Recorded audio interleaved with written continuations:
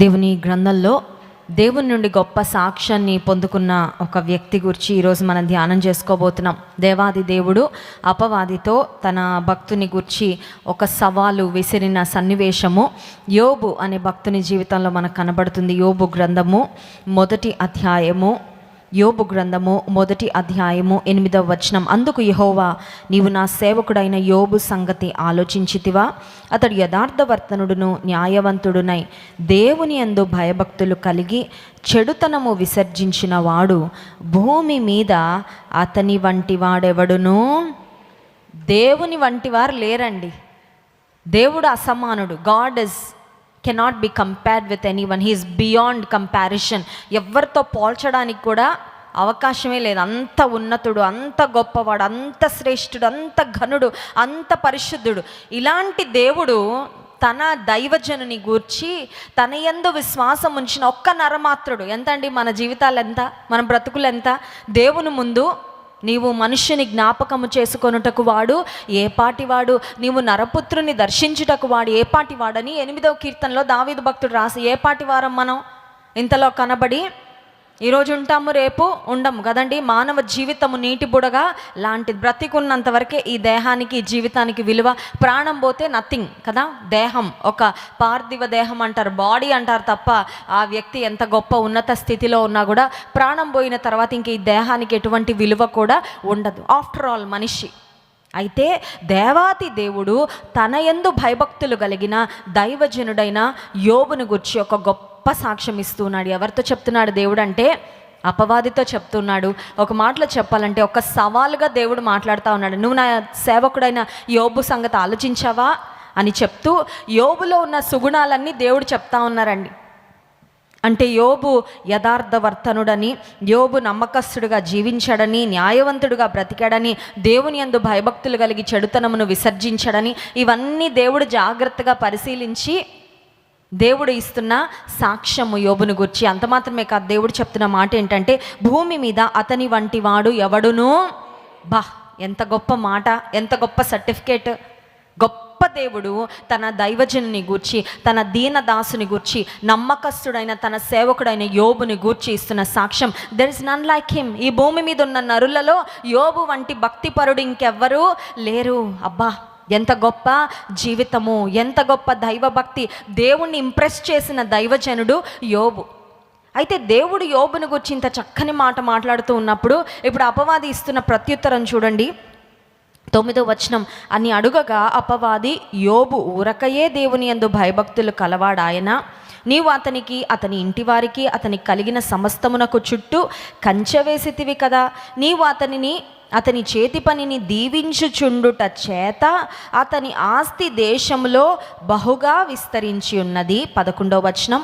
అయినను నీవు ఇప్పుడు నీ చేయి చాపి అతనికి కలిగిన సమస్తమును మొత్తిన ఎడల అతడు నీ ముఖము ఎదుటనే దూషించి నిన్ను విడిచిపోవునని యెహోవాతో.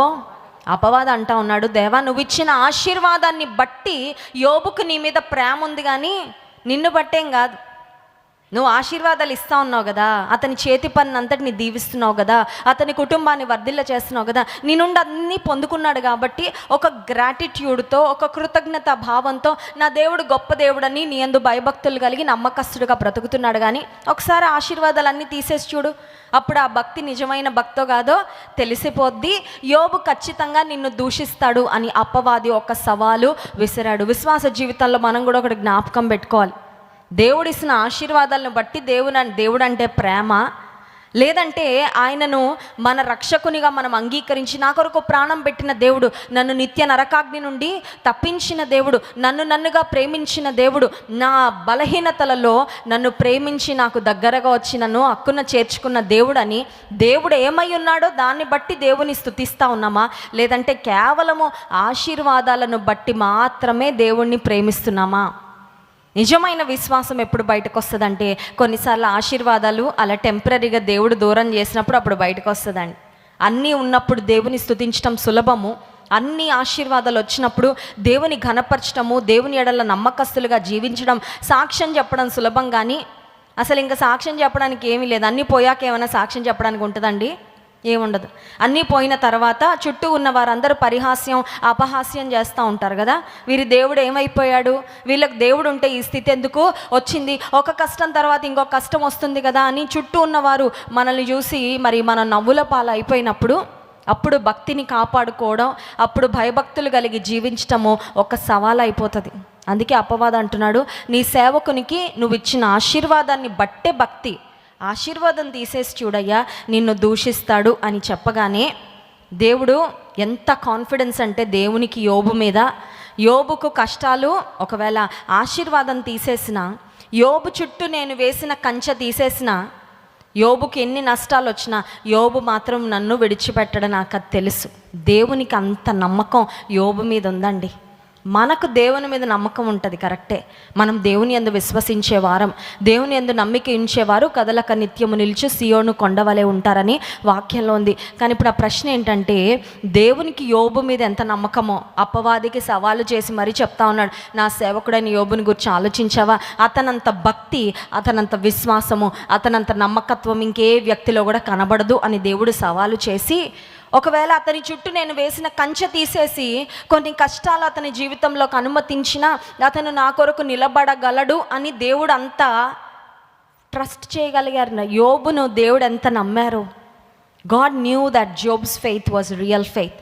దేవునికి తెలుసు యోబు యొక్క విశ్వాసము నిజమైన విశ్వాసమని, యోబు యొక్క విశ్వాసము బలమైన విశ్వాసమని. ఆశీర్వాదాలను బట్టి కాదు దేవుని మీద ప్రేమ, దేవుని యథార్థంగా ప్రేమించే వ్యక్తి యోబు అని దేవునికి తెలుసు. ఆ సమయంలో యోబు జీవితంలో ఒక్కసారిగా అన్నీ కలిగిన యోబు ఎంటీ అయిపోయాడండి, జీరో అయిపోయాడు. జీవితంలో అన్నీ ఉండి కొన్ని పోతేనే తట్టుకోలేం కదా. మామూలుగా చెప్పాలంటే ఒక్కటి ఏదన్నా మన దగ్గర ఉన్నది పోయిందంటే విలవిల్లాడిపోతాం. ఏమున్నాయి పట్టించుకో, ఏది పోయిందో దానికోసం బాధపడతాం. అది ఉండేదండి, ఉన్నప్పుడు ఇలా ఉండేదండి, ఉన్నప్పుడు ఎంత ఆనందంగా ఉండేవి, ఏది లేదో దానికోసం ఆలోచన చేస్తాం. ఇప్పుడు యోబు జీవితం ఏంటంటే అన్నీ పోయాయి, అన్నీ ఉండినాయి. He had a wonderful family, he had all the positions, ఆస్తిపాస్తులు, గొర్రెలు, ఒంటెలు, అన్ని సంపదలు అంతా ఉండేవి. But suddenly everything left. అన్నీ ఒక్కసారిగా డిసపియర్ అయిపోతే ఇప్పుడు చాలా ఈజీ అండి దేవుని దూషించడం, చాలా ఈజీ. దేవుని గురించి తక్కువగా మాట్లాడడం చాలా ఈజీ. విశ్వాసాన్ని కోల్పోవడం చాలా చాలా ఈజీ. అయితే యోబు చెప్పిన మాట చూడండి, యోబు గ్రంథం 1వ అధ్యాయము 21-22 వచనాలు. నేను నా తల్లి గర్భములో నుండి దిగంబరినై వచ్చి తిని దిగంబరినై అక్కడికి తిరిగి వెళ్ళెదను. యెహోవా ఇచ్చెను, యెహోవా తీసుకొని పోయెను, యెహోవా నామమునకు స్తుతి కలుగును గాక. ఒకసారి స్తోత్రం చెప్దామా? హల్లెలూయా. యోబు నువ్వు స్తుతించడానికి ఏముందయ్యా చెప్పండి. సహజ సిద్ధంగా ఆలోచన చేద్దాం.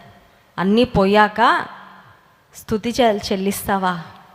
యోబు అంటున్నాడు, ఉన్నా స్తుతి చెల్లిస్తా, పోయినా స్తుతి చెల్లిస్తా. స్తోత్రం చెప్దామా? హల్లెలూయా. అంటే యోబు యొక్క విశ్వాసం ఎంత స్ట్రాంగో యూ కెన్ అండర్స్టాండ్. యోబుకు దేవునితో ఉన్న సన్నిహిత్యం ఎంత గొప్పదో మీరు అర్థం చేసుకోవచ్చు. యోబు జీవితంలో తనకున్న ఆలోచన ఏంటంటే, ఆశీర్వాదాలు ఉన్నా పోయినా నన్ను దేవుని నుండి ఏ పరిస్థితి కూడా నన్ను ఎడబాప నేరదు. ఇక్కడున్న మనం ఆ మాట చెప్పగలమా? నా జీవితంలో ఏ పరిస్థితి వచ్చినా క్రీస్తు ప్రేమ నుండి నన్ను ఏది కూడా ఎడబాప నేరదు. I will never ever let go of God. దేవుణ్ణి నేను ఎప్పుడు విడిచిపెట్టనండి అని చెప్పగలమా? యోబుని చూసి మిగతా వారు వచ్చి ఇంకేదేదో అనాల్సిన సందర్భం, కానీ యోబే వారి ఎదురుగా తనకున్న భక్తిని, విశ్వాసాన్ని ప్రదర్శిస్తూ ఉన్నాడండి. విశ్వాసం ప్రదర్శించాలి. Your faith has to be displayed for the world to see. సీక్రెట్గా పెట్టేది కాదు విశ్వాసం. నీ దగ్గర ఉన్న బంగారం సీక్రెట్గా పెట్టుకో, పర్వాలేదు. నీ దగ్గర ఉన్న డబ్బులు నువ్వు లాకర్లో పెట్టుకో, లేదంటే అకౌంట్లో వేసుకో, ఏమన్నా చేసుకో. You don't have to speak about what you have in this world, but speak about the faith you have in God. నీలో ఉన్న విశ్వాసం నువ్వు ప్రదర్శించు, అప్పుడే అనేక మంది దేవుని వైపుకు ఆకర్షించబడతారు. స్తోత్రం చెప్దామా? హల్లెలూయా. Whenever God gives you an opportunity, use every opportunity to display your faith to the world. చాలామంది పెళ్ళిళ్ళ కొరకు ఎదురు చూస్తూ ఉంటారు, పెళ్ళిళ్ళు ఎప్పుడు వస్తాయని. ఎందుకు? అన్నీ దిగేసుకొని తిరగాలని కదండి, అన్నీ ప్రదర్శించుకోవాలని, అవునా కదా? బెస్ట్ క్లోత్స్, బెస్ట్ జ్యువెలరీ, బెస్ట్గా డ్రెస్అప్ అయిపోయి they want to display to the world. చూడండి, నేను ఇంత శ్రేష్టంగా ఉన్నాను, నా దగ్గర ఇంత శ్రేష్టమైనవి ఉన్నాయి అని చూపించుకోవాలని. ఈ లోక సంబంధమైనవి చూపించుకున్నా చూపించుకోపోయినా డజంట్ మ్యాటర్. కానీ విశ్వాసులంగా క్రీస్తును చూపించాలి. మన స్తోత్రం చెప్దామా? హల్లెలూయా. క్రీస్తును కనుపరచాలి. దేవుని యందు మనకున్న విశ్వాసం అది లోపల సీక్రెట్గా ఉండడానికి వీలు లేదు. It must be displayed. Our faith in God must be displayed. ఎట్లా డిస్ప్లే చేయాలి?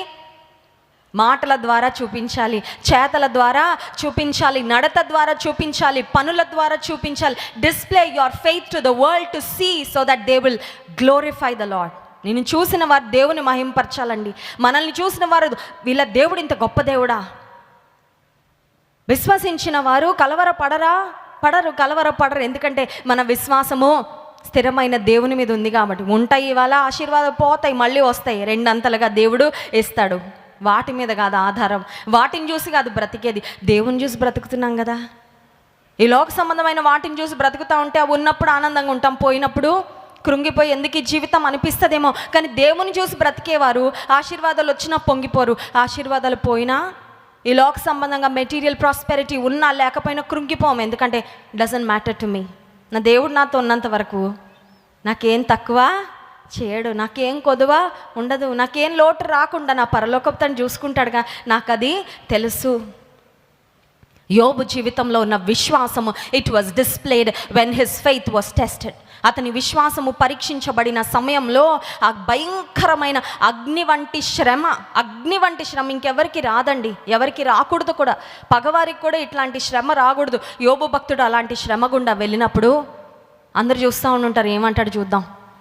రోజు అరుణోదయమున లేచంట, చూడండి 5వ వచనం, వారి విందు దినములు పూర్తి కాగా యోబు తన కుమారులు పాపము చేసి తమ హృదయములలో దేవుని దూషించిరేమో అని వారిని పిలువనంపించి వారిని పవిత్రపరిచి అరుణోదయమున లేచి వారిలో ఒక్కొక్కరి నిమిత్తమై దహనబలి అర్పించుచు వచ్చెను.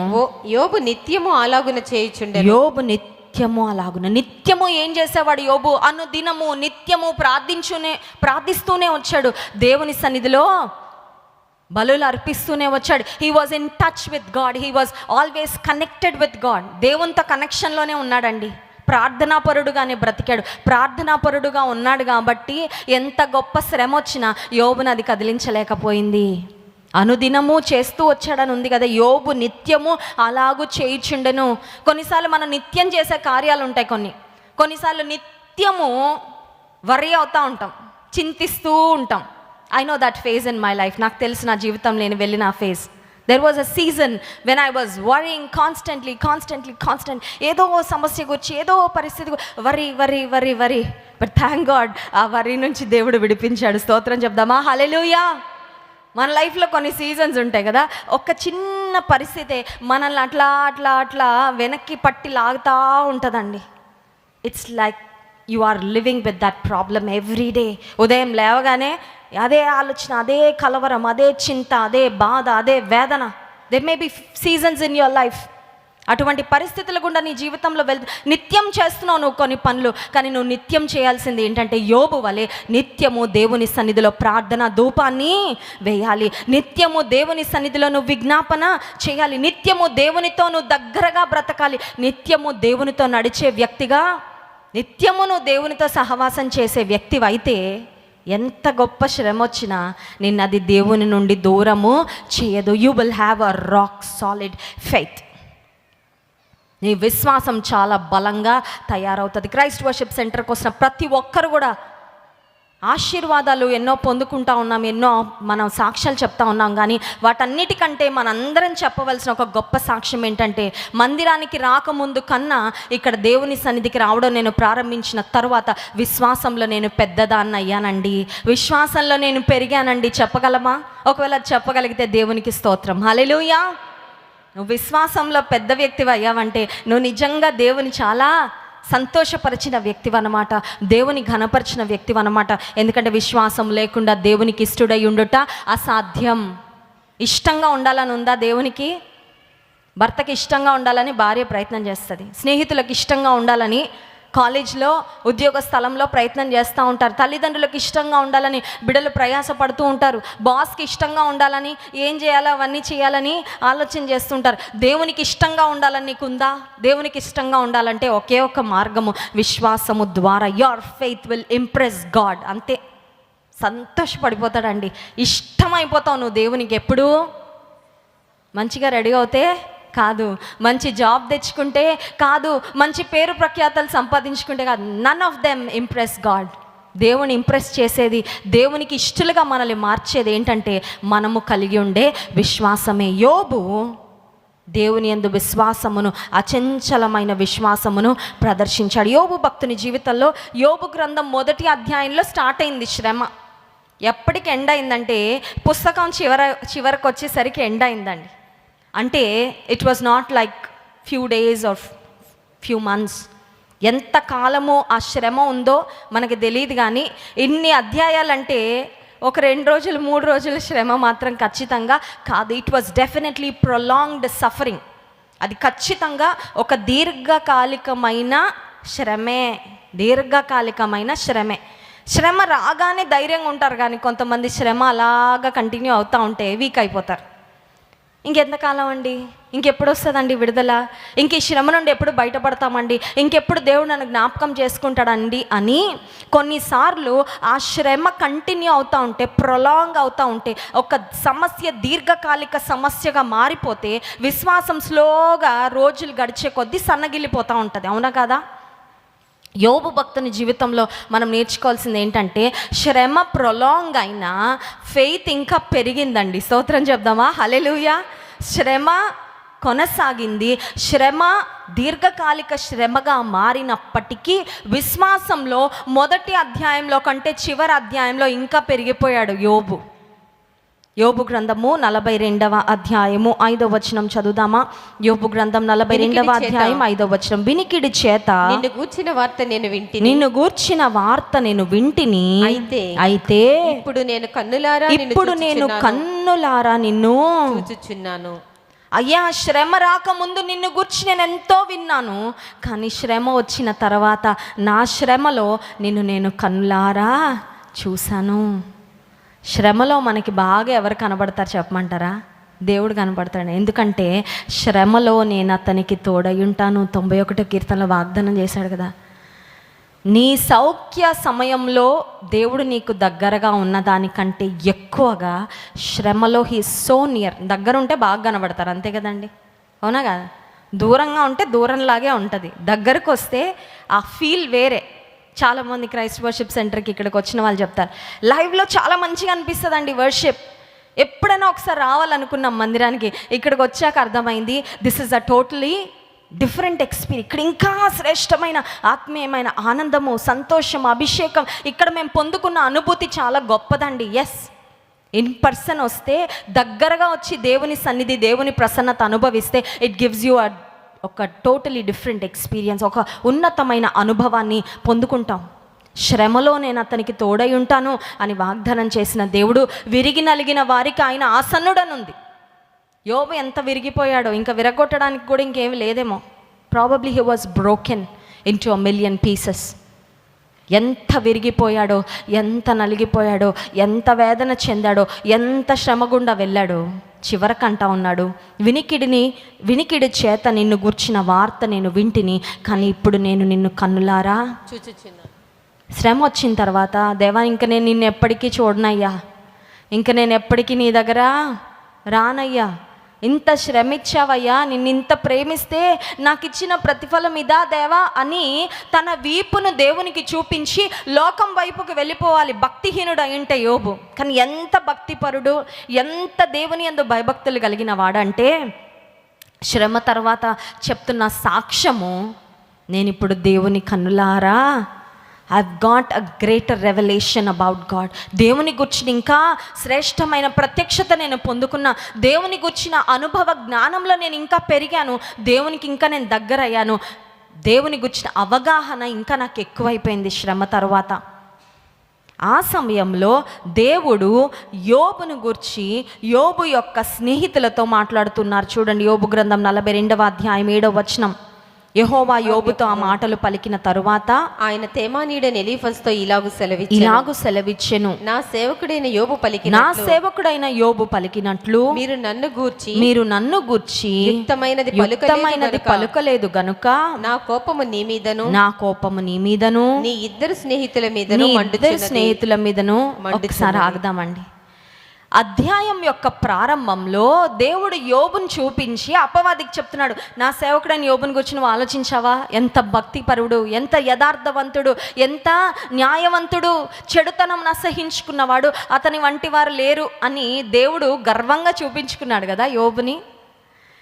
శ్రమ అంతా అయిపోయాక కూడా మళ్ళీ దేవుడు యోబుని అదే విధంగా తన స్నేహితుల ముందు పెడుతున్నాడు. ఈ యోబుని చూడండి, యోబులాగా మీరు భక్తిగా మాట్లాడలా, యోబు వలె మీరు భక్తిగా ప్రవర్తించలేదు. చూడండి, కొన్నిసార్లు కొంతమంది తల్లిదండ్రులు వారి బిడ్డలకు వేరే వాళ్ళని చూపిస్తారు.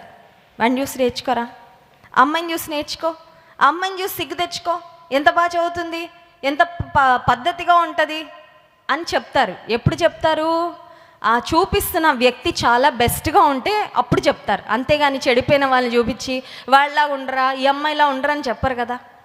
దేవుడు యోబును గాడ్ వాజ్ షోకేసింగ్ జోబ్, ఒక డిస్ప్లే లాగా చూపిస్తూ ఉన్నాడండి.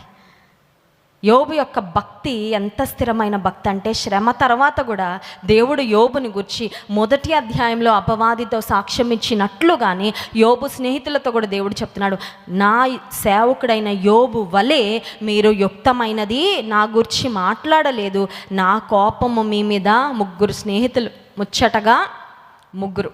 యోబుకి ఎంతమంది అండి? ముచ్చటగా ముగ్గురు స్నేహితులు. శ్రమలో వారు ఏ ఇంటెన్షన్తో వచ్చారో కానీ పాపం మేలైతే చేయలేకపోయారండి. Probably they came to comfort Job. యోబుని ఆదరించాలని వచ్చుంటారు మంచి ఉద్దేశంతోనే, కానీ దేవుని గురించి యుక్తమైనది వాళ్ళు మాట్లాడలేకపోయారు. యోబుని గురించి కూడా సరైన విధంగా వారు ఆదరణను కలిగించలేకపోయారు. Simple truth. చుట్టూ ఎంతమంది స్నేహితులున్నా దేవుడిచ్చే ఆదరణ వంటి ఆదరణ ఈ లోక సంబంధంగా ఎవ్వరు కూడా ఇవ్వలేరు. ఏ మనిషి ఆదరణ ఇవ్వలేడు. ఏ మనిషి కూడా దేవుడు బలపరిచినట్లుగా మనలను బలపరచలేరు. యోబు జీవితంలో అదే చూడగలం. యోబు ప్రక్కనే ఉన్న భార్య బలపరచలేకపోయిందండి, ఇంకా వీక్ చేసింది. యోబుని మాటలు చెప్పాలంటే, ఇంకా నువ్వు భక్తిని కాపాడుకుంటున్నావా, ఇంకా భక్తిని విడిచిపెట్టట్లేదా, దేవుని దూషించి చావయ్యా అని ఒక ఉచితమైన సలహా.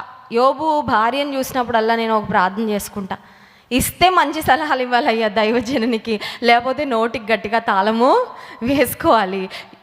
తెలివి తక్కువ సలహాలు మాత్రం నేను ఎన్నడూ దైవజనునికి ఇవ్వకుండా నాకు సహాయము కదండి. తెలివి తక్కువ సలహాలు. ఆమె ఏదో పెద్ద గొప్ప సలహా ఇచ్చినట్టు భర్తకి సలహా ఇచ్చింది ఏమని, ఇంకెందుకయ్యా భక్తిని విడిచిపెట్టకుండా ఉంటావు, దేవుని దూషించి చావు అని చెప్పింది. యోబు తీసుకున్నాడండి సలహా.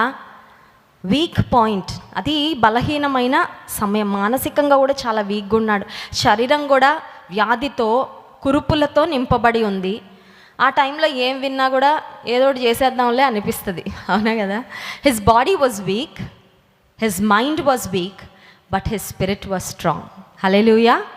ఆ సమయంలో శ్రమలో యోబు యొక్క మానసిక స్థితి బలహీనంగా ఉంది, శారీరక స్థితి బలహీనంగా ఉంది, ఆత్మీయ స్థితి మాత్రం చాలా బలంగా ఉంది, చాలా స్ట్రాంగ్ ఉన్నాడు స్పిరిచువల్గా. అందుకే భార్యతో చెప్పాడు, మూర్ఖురాలు మాట్లాడినట్లు నువ్వు మాట్లాడద్దు, దేవుని నుండి మనం మేలే తగుదుమా, కీడును తగమా. ఏది దేవుడిచ్చినా మనము తీసుకోవాలి. ఏమిచ్చినా దేవునికి స్తోత్రం, ఏమి ఆయన తీసుకున్నా కూడా తిరిగి దేవునికి స్తుతి చెల్లిస్తా. యోబుని గురించి దేవుడు యోబు స్నేహితులతో మాట్లాడిన మాట మీరు యోబు వద్దకు వెళ్ళండి. చూడండి, దేవుడు కొన్నిసార్లు కొంతమంది వ్యక్తుల దగ్గరికి మనల్ని పంపిస్తాడండి. Remember this. దేవుని దగ్గరికి రావడం ద్వారా దీవెన పొందుతాం.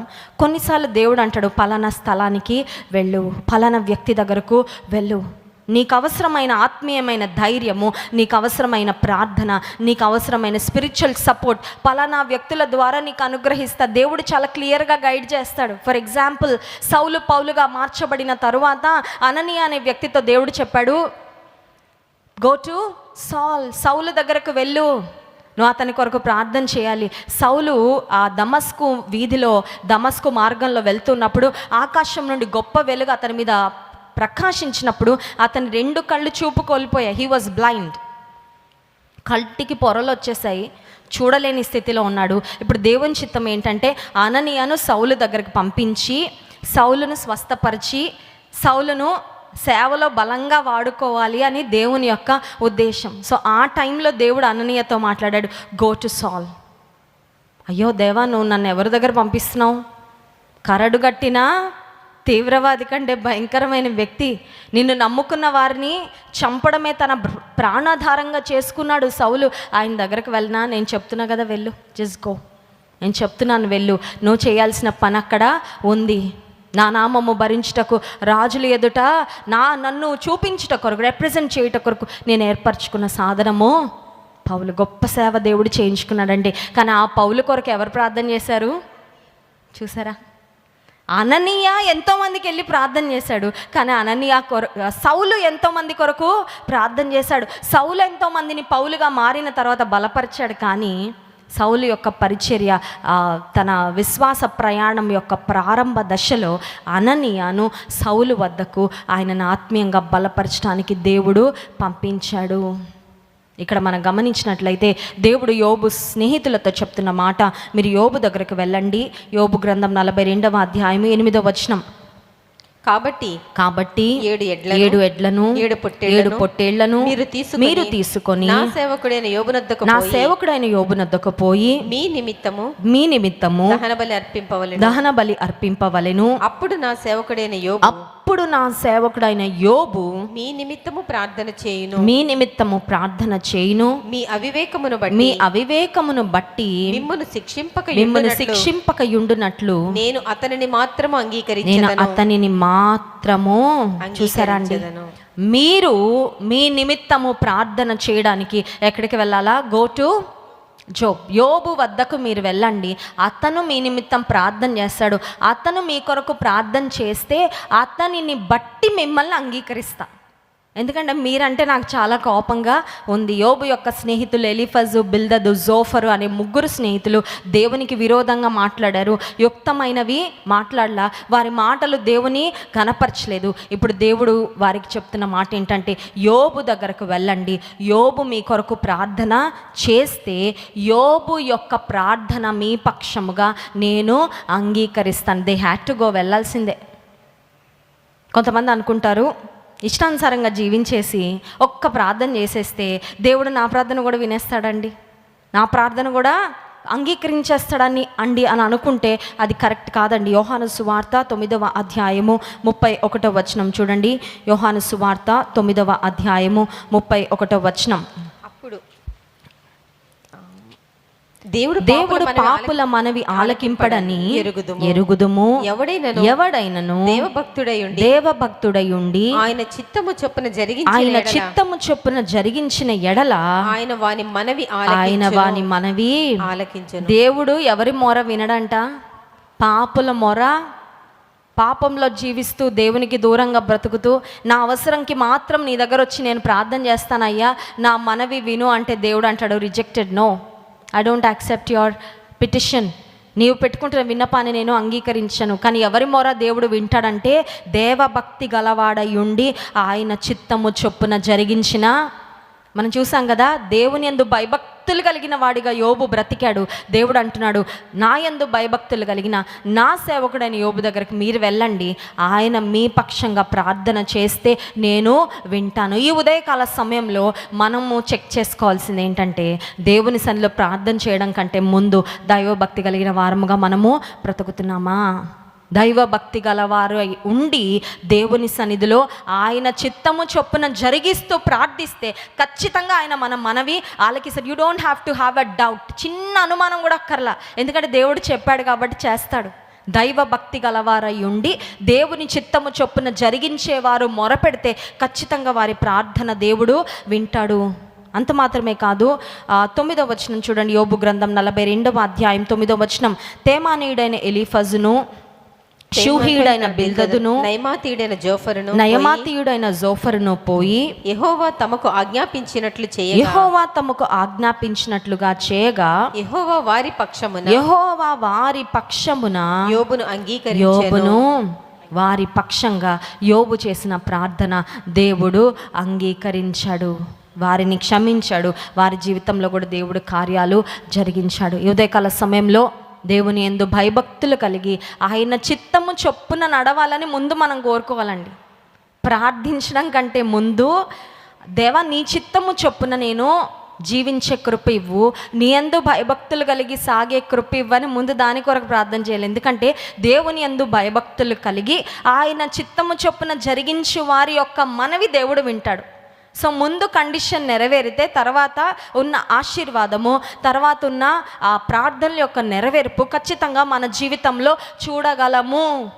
చాలాసార్లు మన ప్రార్థన ఎట్లా ఉంటాయి? నా బిడ్డలు దీవించేయ, నా భర్తను దీవించేయ, నా ఇంటిని దీవించేయ, నా వ్యాపారాన్ని దీవించేయ, నా పనిని దీవించేయ, అది ఓకే ఫైన్.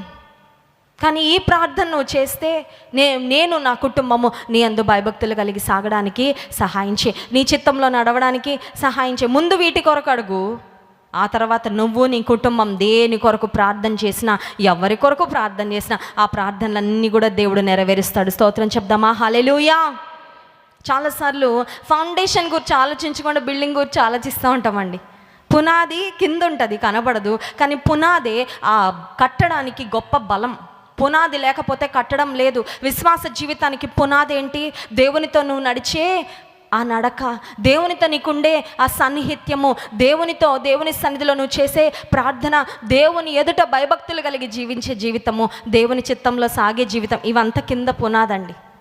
బయట కనబడే కట్టడం ఏంటంటే మనకు వచ్చే ఆశీర్వాదాలు. ఇవన్నీ చూసి ఆహా ఓహో ఇవి కావాలి కావాలి కావాలి అని తాపత్రయపడుట కన్నా పునాదిగా ఏముంది? రక్షణ పొంది దేవుని యందు భయభక్తులు కలిగి ఆయన చిత్తమును నెరవేరుస్తూ ముందుకు సాగితే దేవుడు ఖచ్చితంగా మన మొరను, మన మనవిని ఆలకిస్తాడు. యోబు తన స్నేహితుల కొరకే ప్రార్థన చేశాడా? అంతేనా? అంటే యోబు తన స్నేహితుల కొరకు ప్రార్థన చేసినప్పుడు దేవుడు యోబు జీవితంలో కూడా కార్యం చేశాడు. చూడండి, యోబు గ్రంథం 42వ అధ్యాయము 10వ వచనం.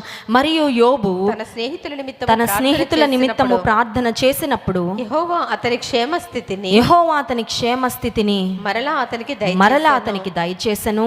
మరియు యోబునకు పూర్వము కలిగిన దానికంటే రెండంతలు అధికముగా యెహోవా అతనికి. వేరే వాళ్ళ కొరకు ప్రార్థన చేస్తే వాళ్ళందరూ బాగుపడిపోతున్నారండి, వాళ్ళందరికీ దీవెనలు వచ్చేస్తున్నాయండి. నేను మాత్రం ఇలా ఉండిపోయానండి. కొంతమందికి అదో ఫీలింగ్ అండి కదా. నేను ప్రార్థన చేస్తే దేవుడు వారందరినీ దీవించేస్తున్నాడు, కానీ నా స్థితి మాత్రం ఇక్కడే. అందుకని కొన్నిసార్లు మన ప్రేయర్స్ ఏమైపోతా ఉంటాయి అంటే selfish and self centred prayers. ఏంటండి? స్వార్థపూరితమైన ప్రార్థనలు. నా అనే మాట చుట్టూ తిరుగుతూ ఉంటాయి ప్రార్థనలు. ఒక దైవజనుడు ఏమంటాడంటే selfish and self centred prayers are not powerful prayers. శక్తివంతమైన ప్రార్థన ఏంటి అంటే నీవు ఇతరుల కొరకు చేసే ప్రార్థన నువ్వు కూడా చేసుకోవాలి, చాలా ప్రాముఖ్యం. నీ వ్యక్తిగత జీవితం కొరకు, కుటుంబం కొరకు చేసుకోవాలి, ఇతరుల కొరకు చేసే ప్రార్థన. అంతకంటే ఎక్కువగా దేవుని చిత్తము ఈ భూమి మీద నెరవేరునట్లుగా మనము చేసే ప్రార్థన. అందుకే పరలోక ప్రార్థనలో యేసుక్రీస్తు ప్రభు ఒక మాట నేర్పించారు ఆయన శిష్యులకు. ఏమనంటే నీ రాజ్యము వచ్చును గాక, నీ చిత్తము పరలోకమందు నెరవేర్చున్నట్లు భూమి యందు నెరవేరును. దేవుని చిత్తం భూమి మీద నెరవేరడం అంటే దానిలో స్వయానికి, అహానికి, నా అనే దానికి ఏమైనా చోటు ఉందా అండి? నథింగ్. నీ ఇష్టమయ్యా, నీ చిత్తమయ్యా, నీ చిత్తము నా జీవితంలోనే కాదు భూమి మీద నెరవేరును గాక. దాని కొరకు నేను ప్రార్థన చేస్తున్నాను. అంటే అర్థం ఏంటంటే వెన్ ఆ prayers are not self centred prayers. నేను అనుకున్నది నెరవేరపోతే నాకు చాలయ్యా, నేను కోరుకున్నది జరిగిపోతే చాలయ్యా, నేను ఇట్లా అనుకుంటున్నాను. కొన్నిసార్లు కొంతమంది ఎట్లా ఉంటారంటే ఇతరుల జీవితంలో కూడా వారి ఇష్టమే జరగాలి, దేవుడి ఇష్టం కాదు. అర్థమవుతుందా? ఇది కొద్దిగా ఎక్స్ట్రీమ్ అన్నమాట. నా జీవితంలో నా ఇష్టం జరగాలి అని కోరుకోవడం ఒక లెవెల్. కొంతమంది ఎట్లా ఉంటారంటే ఇతరుల జీవితంలో కూడా నువ్వు ఇట్లాగే చేసేయ్యా, వేరే ఇంకేమీ చేయకయ్యా. అది స్వార్థంతో చేస్తారో మరి ఏ ఉద్దేశంతో చేస్తారో తెలియదు, కానీ some times we try to control God through our prayers. మన ప్రార్థనల ద్వారా దేవుణ్ణి ఏదో కొంచెం నియంత్రించాలని. హూ ఆర్ వి? మనం ఎవరండి? ఇతరుల ఆశీర్వాదం కొరకు చేయి హృదయపూర్వకంగా ప్రార్థన. అన్నిటికన్నా ప్రాముఖ్యంగా దేవుని చిత్తము నెరవేరునట్లు, దేవుని రాజ్యము స్థాపించబడినట్లుగా ప్రార్థన చేయి. యోబు తన స్నేహితుల కొరకు ప్రార్థన చేస్తే యోబును దేవుడు రెండంతలుగా ఆశీర్వదించి గొప్ప ఉన్నతమైన స్థితిలోకి దేవుడు నడిపించాడు. ఐఎమ్ షూర్ యోబు గ్రంథం ప్రారంభంలో యోబు యొక్క ఖ్యాతి, యోబు యొక్క మంచి పేరు, యోబు యొక్క ఘనత ఎంత ఉందో, మధ్యలో ఒకసారి రాక్ బాటమ్ హిట్ అయిపోయినా, ఒక దీన స్థితికి, ఒక భయంకరమైన స్థితికి వెళ్ళిపోయినా మునుపటి కన్నా ఇంకెక్కువగా బౌన్స్ బ్యాక్ అయిందండి యోబు జీవితం. హల్లెలూయా. మునుపటి కన్నా ఎక్కువగా అందరూ మాట్లాడుకొని ఉంటారు ఏమనంటే, ఇంత ఆశీర్వాదం ఇచ్చాడా దేవుడు, ఇంత అభివృద్ధి ఇచ్చాడా, ఇంత కృపనిచ్చాడా. ఎస్, శ్రమలో వెళ్తున్నప్పుడు, శ్రమ గుండా ప్రయాణం చేసినప్పుడు నీవు కనపరిచే విశ్వాసమే నీ జీవితాన్ని నిలబెడుతుంది. కళ్ళు మూసుకోండి, ప్రార్థన చేసుకుందాం. ఉదయకాల సమయంలో యోబు జీవితాన్ని దేవుడు మన ఎదుట ఉంచాడు. ప్రార్థనాపరుడైన యోబు అనుదినము నిత్యము అలాగ చేయిచూ వచ్చాడనుంది. దేవా, నేను నిత్యము ప్రార్థించే వ్యక్తిగా చేయయ్యా, నిత్యము నీతో నడిచే వ్యక్తిగా చేయి ప్రభువా, నిత్యము నీ అందు భయభక్తులు కలిగి ఉండేలా సహాయం చేయయ్యా, నిత్యము నీ చిత్తమును నెరవేర్చే దేవా కృప నాకు ఇవ్వయ్యా. అప్పుడు నా ప్రార్థనలు కూడా నువ్వు నిత్యము అంగీకరిస్తావయ్యా, నా ప్రార్థనలకు కూడా జవాబు ఉంటుంది ప్రభువా. పరిశుద్ధ మహోన్నతుడా, నీకు వందనాలు. ఉదయకాల సమయంలో నీ వాక్యం ద్వారా మాతో మాట్లాడినందుకు స్తోత్రం. యోబు భక్తుని మా ఎదుట పెట్టారు ప్రభా, ఎంత గొప్ప సాక్ష్యమయ్యా. అపవాది ఎదుట, యోబు స్నేహితుల ఎదుట యోబును నువ్వెంత ఘనపరిచావు ప్రభా. యోబు ఎంత మంచి పేరు సంపాదించుకున్నాడయ్యా. అట్టి భక్తి, అట్టి విశ్వాసము మాకు ఇవ్వండి ప్రభా. శ్రమల గుండా ఎంతమంది వెళ్తున్నారో, శ్రమలలో నేను ఇంకా గట్టిగా హత్తుకోవడానికి సహాయించి, శ్రమలలో కూడా నేను స్తుతించే కృపనివ్వండి. నీ సన్నిధిలో నీ పాదాల చెంత సమయం గడుపుతున్న మేము మా విశ్వాసము ద్వారా నీకు మరింత ఇష్టలుగా మేము మారగలిగినట్లు సహాయించి, నీ కార్యాలు మా జీవితాలు, మా కుటుంబాల్లో జరిగించండి. మిమ్మల్ని ఆరాధించి స్తుతించబోతుండగా ఆరాధన ఆత్మతో మమ్మల్ని నింపుమని యేసు నామములో ప్రార్థిస్తున్నాం తండ్రి, ఆమేన్. చూడని బైబిల్ సెలవిస్తూ ఉంది, దేవుని సన్నిధికి మన యొక్క అవసరాలు తీసుకొచ్చినప్పుడు దేవుడు బలమైన కార్యాలు మన జీవితంలో జరిగిస్తాడు. ప్రపంచ చరిత్రలో చాలామంది ప్రార్థనా పరులు మనకు చక్కని మాదిరిని ఉంచి వెళ్ళారు. అందులో కొరీ టెన్ బూమ్ అనే ఒక సహోదరి ఒకరు. నెదర్లాండ్స్ అనే ప్రాంతాన్ని డచ్ అని కూడా పిలుస్తారు. ఆమె 1892 సంవత్సరంలో ఆమె నెదర్లాండ్స్లో పుట్టింది. ఆ తర్వాత 1983 సంవత్సరంలో ప్రభు దగ్గరికి వెళ్ళిపోయింది. కొరీ టెన్ బూమ్ అనే సహోదరి దేవుని కోసం చాలా ఇబ్బందులు పడింది, చాలా శ్రమలు పడింది. ప్రార్థన గురించిన ఎన్నో విషయాలు ఆమె తెలియచేస్తూ క్రైస్తవ జీవితంలో ప్రార్థన యొక్క ప్రాముఖ్యతను చాలా అద్భుతంగా తెలియచేసింది. యూదులైన వారు ఎదుర్కొన్న శ్రమలు, కష్టాల్లో వీరు యూదులకు ఆశ్రయం ఇవ్వడం ద్వారా రెండవ ప్రపంచ యుద్ధ కాలంలో చాలా ఇబ్బందులు పడింది, చాలా కష్టాలు పడింది. ఆ సందర్భంలో కూడా పట్టుదలగా దేవుని సన్నిధిలో ప్రార్థన చేస్తూ ఏ స్థితికి కూడా, ఏ పరిస్థితి కూడా కృంగిపోకుండా ప్రార్థనలు ఎక్కువ సమయం గడుపుతూ ఉండేది.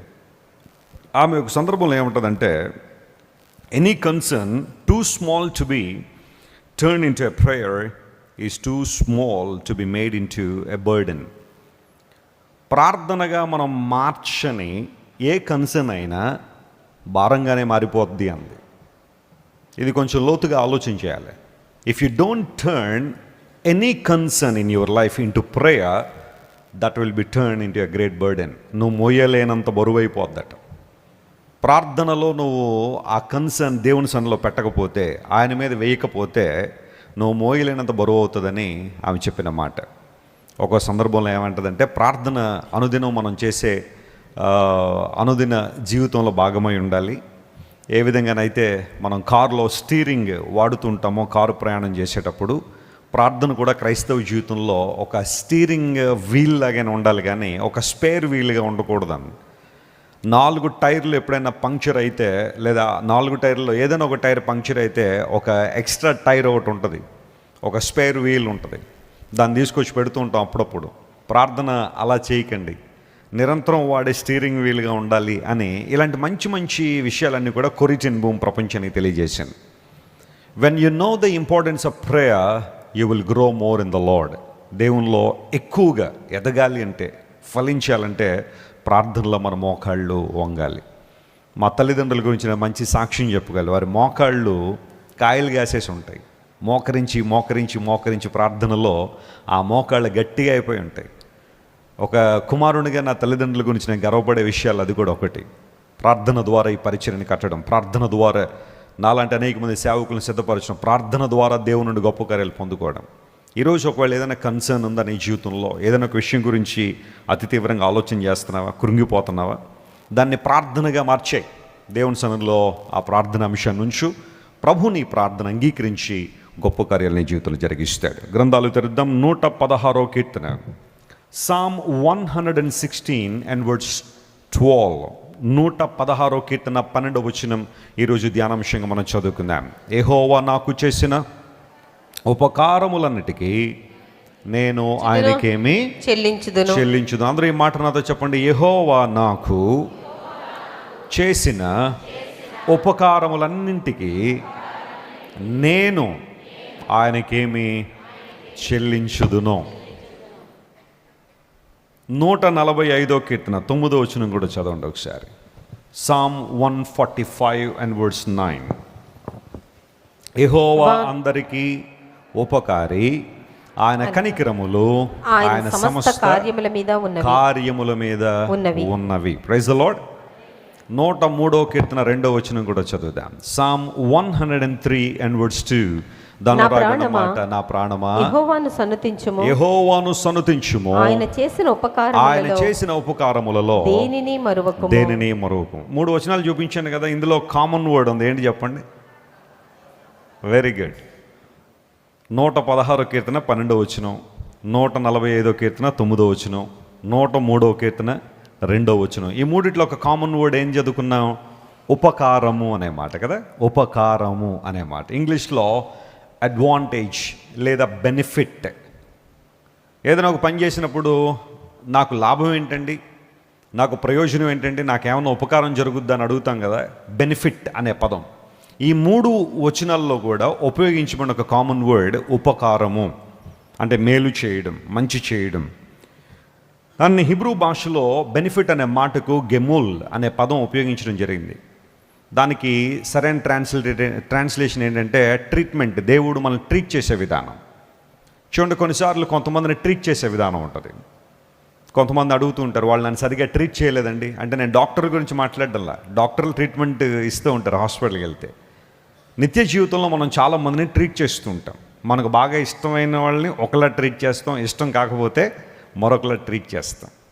ఇష్టమైన వారికి ఏదైనా ఇబ్బంది వస్తే ఒకలా స్పందిస్తాం, ఒకవేళ ఇష్టం లేదు, ప్రేమ లేదు అన్న వాళ్ళకి మరొకలా స్పందిస్తూ ఉంటాం. ట్రీట్ చేయడం, ప్రజలను ట్రీట్ చేయడం. సో గెమూల్ అనే మాటకు హౌ గాడ్ ట్రీట్స్ అస్, దేవుడు మనల్ని ఎలా ట్రీట్ చేస్తాడని. జాగ్రత్తగా గమనించండి. దేవుడు కనికర సంపన్నుడు, ఆయన కృపా సంపన్నుడు కాబట్టి ఆయన దగ్గరికి వినమ్రతతో వచ్చే ప్రతి ఒక్కరిని కూడా ఒకేలా ట్రీట్ చేస్తాడు ఆయన. Praise the Lord. హల్లెలూయా. ఆయన ప్రేమలో హెచ్చుతగ్గులు లేవు, ఆయన కనికరంలో హెచ్చుతగ్గులు లేవు. నాకు ఎలాంటి మేలు చేస్తున్నాడో అలాంటి మేళ్ళు మీ జీవితంలో చేయడానికి దేవుడు సామర్థ్యం కలిగిన వాడే. మీ జీవితంలో ఎలాంటి మేలు చేస్తున్నాడో నా జీవితంలో కూడా మేలు చేయడానికి, ఇంకో మాటలో చెప్పాలంటే ఇంకా ఎక్కువగానే మేలు చేయడానికి దేవుడు సామర్థ్యం కలిగిన వాడే. How God treats his people is something very important.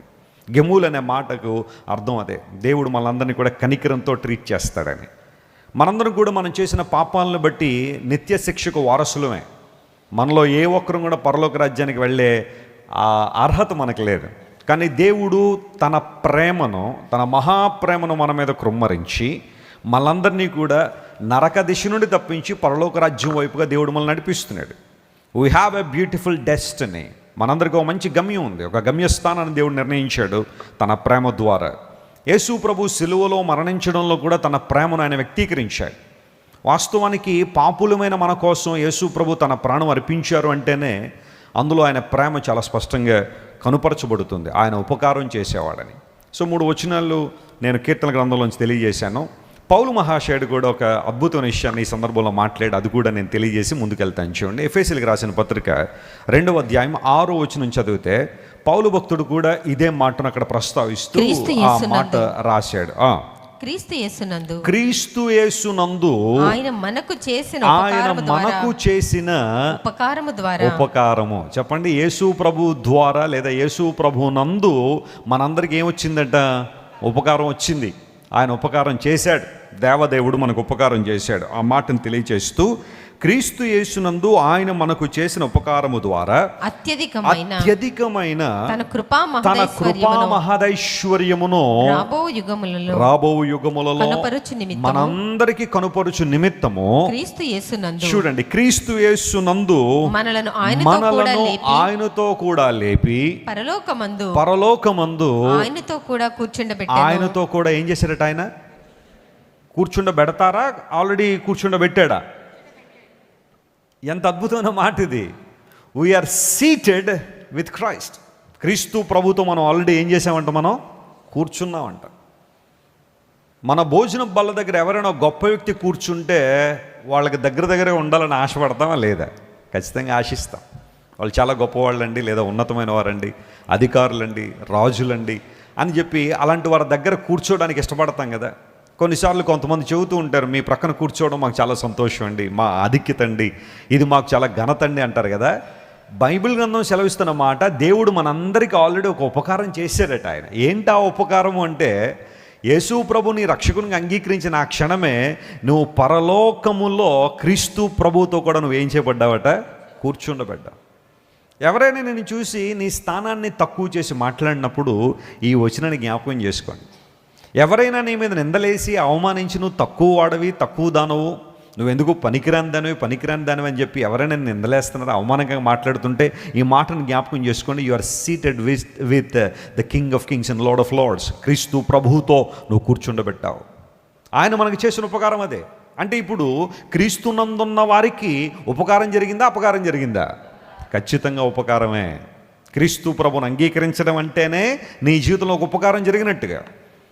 కొంతమంది ఏమనుకుంటారంటే యేసు ప్రభువును అంగీకరిస్తే నష్టాలు వచ్చేస్తాయేమోనండి, యేసు ప్రభువును మన హృదయంలో చేర్చుకుంటే బికారోళ్ళం అయిపోతామేమోనండి, యేసు ప్రభువును హృదయంలో చేర్చుకుంటే ఇబ్బందులు పాలైపోతామని కొంతమంది రకరకాలుగా ఆలోచన చేసేవాళ్ళు ఉంటారు.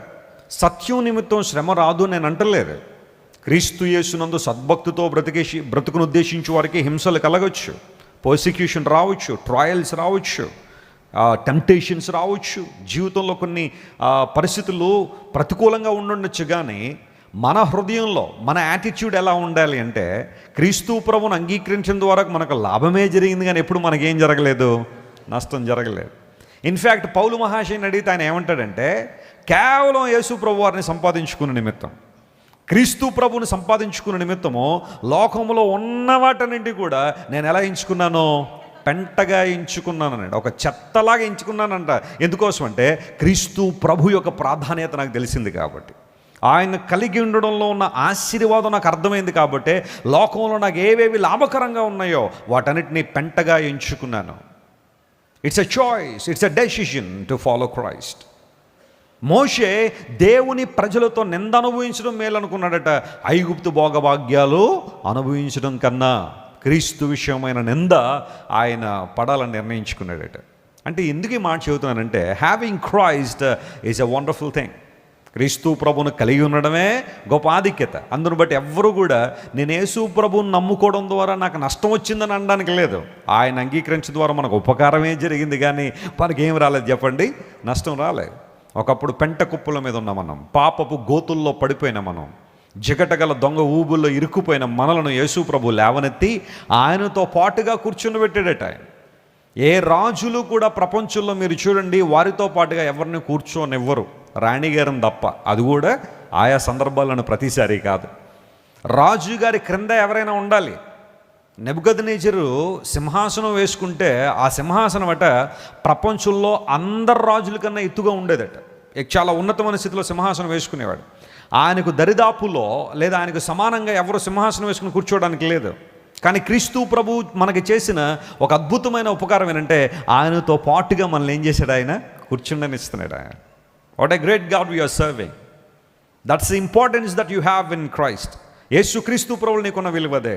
అందును బట్టే దేవుడు మనకు ఉపకారం చేసేవాడే కానీ ఆయన మనకి ఏం చేయడు. ఒకవేళ ఈరోజు కూడా దేవుని సన్నిధికి ఒక ఉపకారం పొందుకోవడానికి వచ్చావా, అది ఏ రంగంలోనే కావచ్చు, అది ఏ స్థితిలోనైనా కావచ్చు, ఒకవేళ శారీరకంగా కావచ్చు, మానసికమైన ధైర్యం కోసం కావచ్చు, లేదా ఆధ్యాత్మికంగా ఒక మేలు కోసం దేవుని సన్నిధిలో ఒక ఉద్యోగం కోసం నువ్వు ప్రార్థన చేస్తూ whatever you are expecting from the Lord, the Bible clearly says God is good. దేవుడు మంచివాడని, ఆయన తన ప్రజల పక్షంగా ఉపకారం చేస్తాడని చాలా స్పష్టంగా బైబిల్లో మనం చూస్తున్నాం. ఈరోజు ప్రియులారా, నేను సమయం అనుకూలించే కొలది ఒక ముగ్గురు వ్యక్తుల్ని నేను మీ ముందుకు తీసుకురావాలని కోరుతున్నాను. దేవుడి నుండి వారు ఎలాంటి ఉపకారాలు పొందుకున్నారో, ఎలాంటి స్థితిలో దేవుడు వారికి ఉపకారం చేశాడో ముగ్గురు వ్యక్తులు మీకు పరిచయం చేసి లేఖనాల నుంచి నా సందేశాన్ని ముగిస్తాను. మొట్టమొదటిగా ఆదికాండం 32వ అధ్యాయంలో ఒక ఆయన మనకు కనబడతాడు. The book of Genesis chapter 32 and verse 10. 32వ అధ్యాయము ఆదికాండము 10వ వచనాన్ని మనం చదివితే దానిలో ఈ మాట రాయబడింది. చదవండి. నీవు నీ సేవకునికి చేసిన సమస్తమైన ఉపకారములకును, చూడండి ఆ మాట అండర్లైన్ చేసుకోండి, సమస్తమైన ఉపకారములకు, సమస్త సత్యమునకు అపాత్రుడను, నేను పాత్రును కాదయా, నేను అపాత్రుడను. ఎట్లనగా నా చేతికర్రతో నా చేతిలో ఒక్క చేతికర్ర మాత్రమే ఉండేది, ఈ యోర్దాను దాటి, కానీ ఈ యోర్దాను దాటి వెళ్ళిన తర్వాత ఇప్పుడు నేను రెండు గుంపులయ్యాను. స్తోత్రం చెప్పండి, హల్లెలూయా. ఏమంటే చేతి కర్రతో దాటేటట యోర్దాన్నది, ఇప్పుడు ఎన్ని గుంపులు అయ్యాడట? 2 గుంపులు. తనకున్న ఆస్తి, తనకున్న కుటుంబం, తనకున్న బిడ్డలు విస్తారంగా దేవుడు ఆశీర్వదించాడు. ఎవరిని అంటే యాకోబుని. యాకోబు అక్కడ మాట్లాడుతున్నాడు 32వ అధ్యాయంలో. ఎప్పుడైతే యాకోబు మరలా తిరిగి వచ్చేయాలనే ఆశలో ఉన్నాడో, దేవుని దగ్గరకు లేదా తన తండ్రి వద్దకు తిరిగి రావాలనే ఆశతో ఉన్నాడో, మనందరికీ తెలుసు. యాకోబు బయలుదేరిన తర్వాత కొన్ని ప్రతికూల పరిస్థితులు ఎదురవుతున్నాయి. ఆ సందర్భంలో యాకోబు అంటున్నాడు, ప్రభువా, నేను ఇంతవరకు నేను ఉపకారాలు పొందుకున్నాను అంటే అది నా మంచితనం అయితే కాదు, నా గొప్పతనం అయితే కాదు, నా జ్ఞానం అయితే కాదు, కేవలం నేను అపాత్రుడను, వాటిని పొందుకోవడానికి యోగ్యత ఒక్కటి కూడా లేదు. కానీ నీవు నీ కృపను నా మీద కృమరించావు, నీ తోడు నాకు ఇచ్చావు, కాబట్టి ఒక్క చేతి కర్రతో యోర్దాన్ని దాటి వెళ్ళాను నేను. ఈ రోజున విస్తారంగా నువ్వు నన్ను దీవించావు, ఆశీర్వదించావని. ఎంత చక్కని మాట అది. లేఖనాల్లో మనం జాగ్రత్తగా పరిశీలన చేస్తే యాకోబు జీవితం పుట్టినప్పటి నుంచి పోరాటమే. పుట్టినప్పటి నుంచి ఏంటి చెప్పండి? పోరాటమే. ఇస్సాకుకు రెబ్కాకు వివాహం అయిన తర్వాత దేవుడు రెబ్కాని జ్ఞాపకం చేసుకున్న తర్వాత కవల పిల్లలు ఉన్నారు లోపల. వారిద్దరూ బయటికి రావడంలోనే పోరాటం స్టార్ట్ అయింది. యాకోబు వాళ్ళ అన్న మడిమును పట్టుకుని ఏం చేశాడు? బయటికి వచ్చాడు. కవల పిల్లలు పుట్టారు. పెద్దవాడికి ఏషావు అని పేరు పెట్టారు. ఏషావు అంటే ఎర్రని వాడు అని అర్థం. చెప్పండి, ఏషావు అంటే అర్థం ఏంటి? ఎర్రని అని అర్థం. యాకోబు ఆ వెనకాల వచ్చాడు, వాళ్ళ అన్న మడిమును పట్టుకున్నాడు, అంటే కాళ్ళను పట్టుకుని వచ్చాడు. అందును బట్టి యాకోబుకి, అరే వీళ్ళ అన్నయ్య కాళ్ళు పట్టేసుకున్నాడు వీడు, అందును బట్టి నీకు మడిమును పట్టుకున్నవాడని పేరు పెట్టారు, యాకోబు అనే పేరు. యాకోబు అనే మాటకు మడిమును పట్టుకున్నవాడు, హీల్ క్యాచర్ అని అర్థం. అయితే వాళ్ళిద్దరూ కూడా బయటకు వచ్చిన తర్వాత తల్లి గర్భం నుండి వారు ఎదిగే విధానంలో పోరాటాలే. యాకోబు రకరకాల పోరాటాలు ఎదుర్కొన్నాడు. ఆఖరికి ఒక సందర్భంలో యాకోబు తన తల్లిని తన తండ్రిని విడిచిపెట్టాల్సిన పరిస్థితి వచ్చింది. ఆ పరిస్థితిలో ఒక్కడే ప్రయాణమై వెళ్ళిపోతున్నాడు. చీకట్లో ప్రయాణం అవుతుంటే దేవుడు అతను దర్శించాడు. నిన్ను ఆశీర్వదిస్తాను యాకోబు, నేను ఎన్నుకున్నాను, నీవు నా ప్రణాళికలో ఉన్నావు. ఏ స్థలంలో అయితే ఈరోజు నువ్వు రాయి నిలిపి నూనె పోసి దేవుని మందిరంగా నిలబెట్టావో మరలా ఈ స్థలం నువ్వు వస్తావు, ఐ విల్ బ్లెస్ యూ, నేను దీవిస్తానని చెప్పి దేవుడు వాగ్దానం చేసి పంపించాడు. వాగ్దాన ప్రకారం యాకోబు తన మామగారైన లాబానింటికి వెళ్ళడం, అక్కడ లేయాను ఆ తర్వాత రాహేలును పెళ్లి చేసుకోవడం, వారిద్దరి కోసం 14 సంవత్సరాలు కొలువు చేయడం, వారిద్దరిని పోషించడానికి మరలా ఇప్పుడు ఒక ఆస్తి కావాలి కాబట్టి ఇంకో 6 సంవత్సరాలు కొలువు చేయడం, ఇలాంటివన్నీ జరుగుతున్నప్పుడు ఒక రోజున యాకోబు తన తండ్రి ఇంటికి తిరిగి రావాలని ఆశపడ్డాడు. దేవుడు చెప్పాడు నువ్వు మరలా తిరిగి వెళ్ళాలన్నప్పుడు యాకోబు బయలుదేరుతున్న ఆ పరిస్థితిలో జాగ్రత్తగా గమనించండి, లాబానుకు తెలియకుండా, అంటే తన మామగారికి తెలియకుండా లేయాను రాహేలును పిల్లలను ఆస్తినంతా తీసుకుని బయలుదేరిపోయాడు. 3 రోజులు ప్రయాణం వెళ్ళిపోయాడు.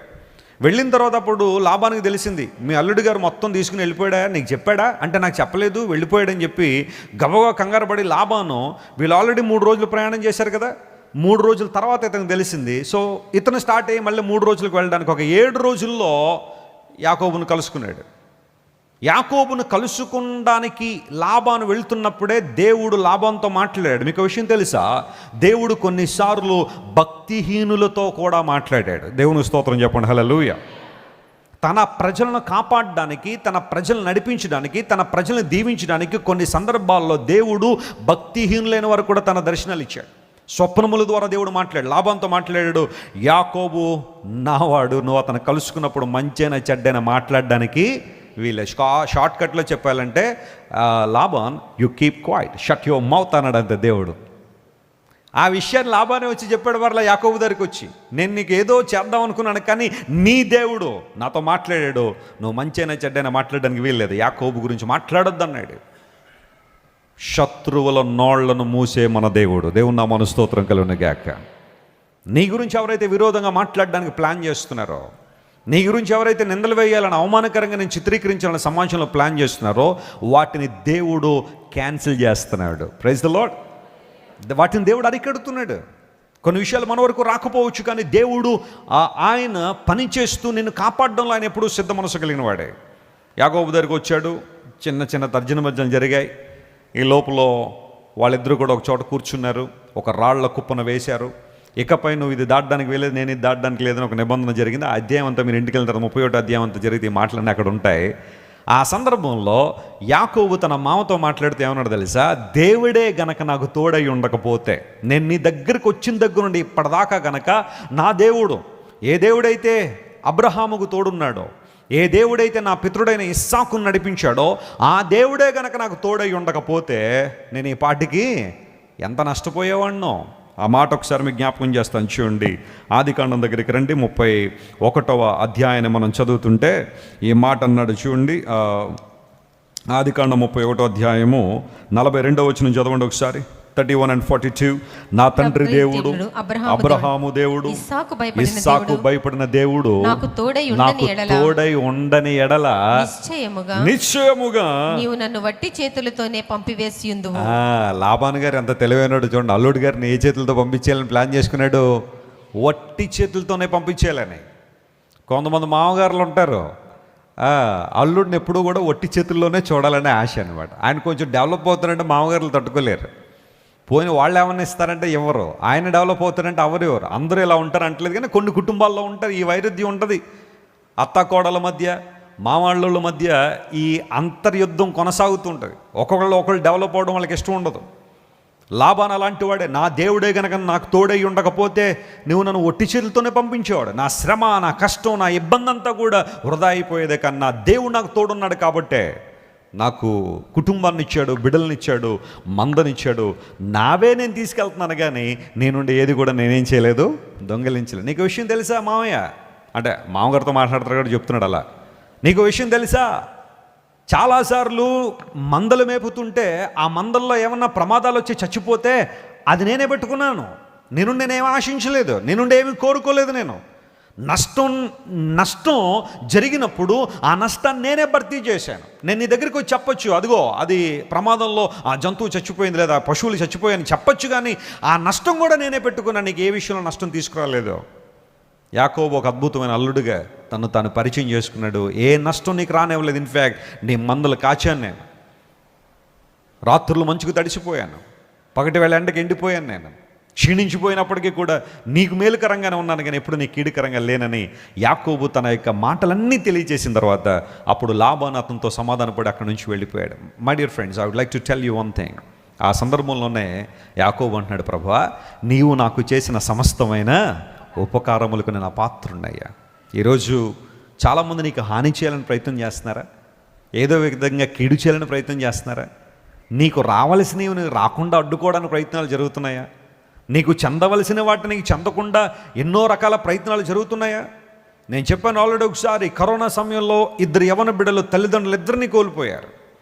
తల్లిదండ్రులిద్దరినీ కోల్పోతే అంతవరకు వాళ్ళిద్దరూ ఉద్యోగాలు చేసి వారికి వచ్చిన డబ్బంతా కూడా బంధువులు, ఎందుకంటే రేపొద్దున వాళ్లే కదా మనకు మేలు చేసేది అన్నట్టుగా బంధువులకి ఎవరికి ఏ అవసరం ఉంటే అవసరానికి డబ్బులు ఇచ్చేసి వాళ్ళు చనిపోయే సమయానికి పిల్లల దగ్గర ఏ డబ్బులు లేవు, సమస్తం వాళ్ళకే ఇచ్చేశారు, మేలు చేశారు.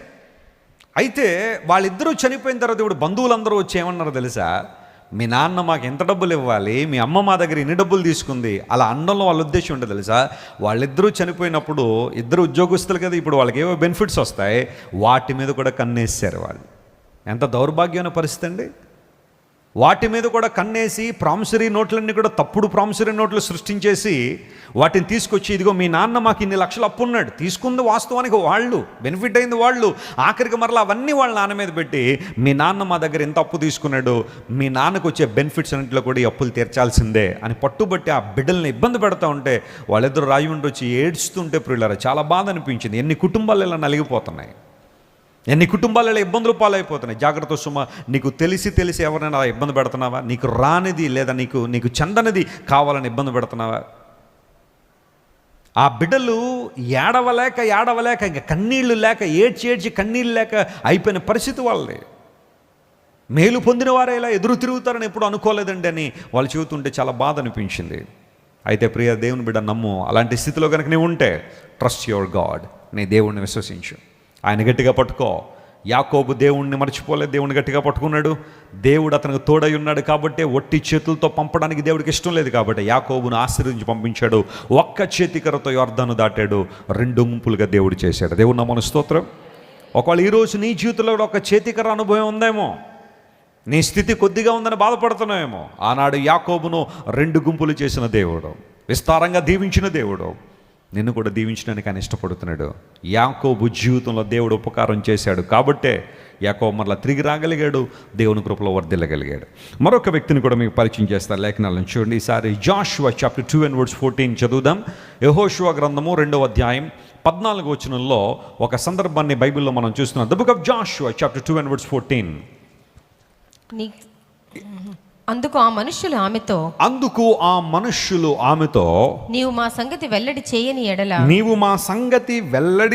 ఎడల మీరు చావకుండునట్లు మీ ప్రాణములకు బదులుగా మా ప్రాణము ఇచ్చెదము. యెహోవా ఈ దేశమును మీకు ఇచ్చుచున్నప్పుడు నిజముగా మేము నీకు ఉపకారము చేసేదమని. నిజముగా మేము నీకేం చేస్తాం?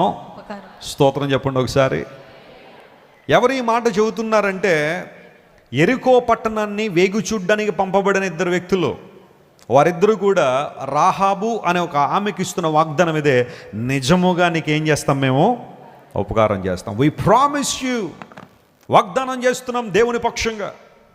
యెహోషువ పంపించాడు, యెరికో పట్టణాన్ని జయించాలి, ఆ పట్టణం ఎలా ఉందో చూసి రమ్మని చెప్పి 2 వేగులను వారిని పంపించాడు. నేను ఆల్రెడీ ఒకసారి ఈ యెహోషువ గ్రంథం 2వ అధ్యాయం గురించిన కొన్ని ఇన్సైట్స్ ఇస్తున్నప్పుడు, బహుశా ఆ ఇద్దరిలో ఒకడు కాలేబు గారు అయి ఉండొచ్చు అని చరిత్రకారుల అభిప్రాయం.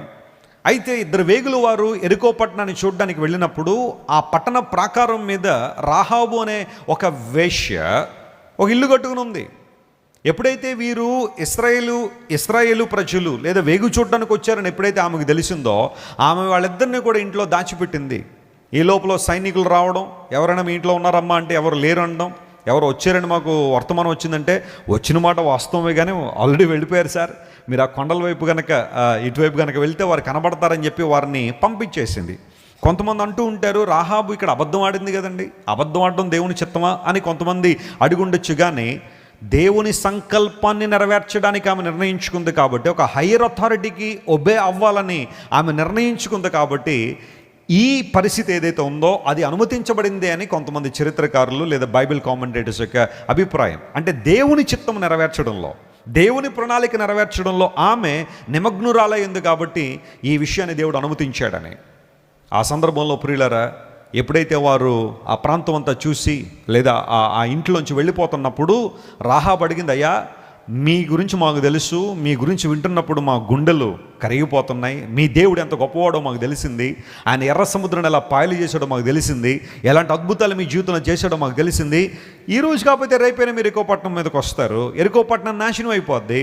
కానీ ఆ సందర్భంలో యెరికో పట్టణం నశించిపోయే ఆ సమయంలో నన్ను కాపాడగలరా, నా కుటుంబాన్ని కాపాడగలరా, దానికి ఏదైనా నాకు ఒక నిజమైన ఆనవాళ్ళు ఏమన్నా ఇస్తారా, ఒక సైన్ ఏమన్నా నాకు ఇస్తారా అని అడిగితే, వాళ్ళ దగ్గర ఏముంటుంది ఒక ఆనవాళ్ళు ఇవ్వడానికి? వెంటనే వాళ్ళ దగ్గర ఒక ఎర్రని దారం తీసి, అమ్మా ఈ ఎర్రని దారాన్ని నీ కిటికీ కట్టో, ఏ రోజైతే మేము యెరికో పట్టణాన్ని నాశనం చేయడానికి వస్తామో ఆ రోజు ఈ ఎర్రని దారాన్ని మేము చూసినప్పుడు ఆ ఇంటిని మేము స్పేర్ చేస్తాం, ఆ ఇంటిని మేము వదిలిపెట్టేస్తాం, ఆ ఇంటిలో ఎంతమంది అయితే ఉంటారో వారందరినీ మేము కాపాడుతాం. This is our promise.